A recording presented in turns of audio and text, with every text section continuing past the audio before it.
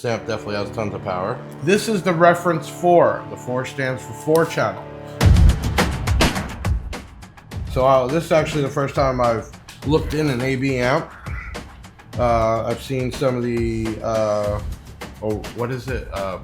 USA amps. So first glance, which we're gonna look into this, it's just a lot cleaner. And then the second part of the video, hopefully you come back, there'll be some testing. But here there is a reference 4 hooked up.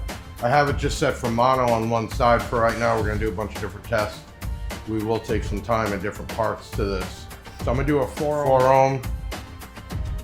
I'm gonna go to track 1, start dyno.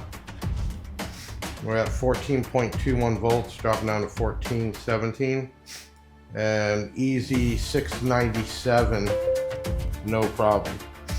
Okay, so we're gonna go back, and I'm just curious what we're gonna do at 2 ohm. Okay, so we jumped up to 989. Let's do uncertified. Uncertified, let's go 4 ohm, 706 watts. I'm gonna pause that. Well, let's do the 2 ohm uncertified. Let's do that. Okay, track 3, start dyno. 2 ohms uncertified, about 14 volts.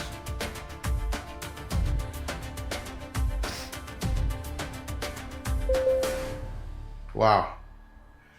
839 at 14 volts. I'm wiring this up stereo, and I'm gonna try to do it without retuning. Now, normally going from mono to stereo, you would still wanna retune the amplifier. I'm gonna do it without and see what kind of power. Okay, let's go to 2 ohms is where it says it gets its power at. I'm gonna go to track 1.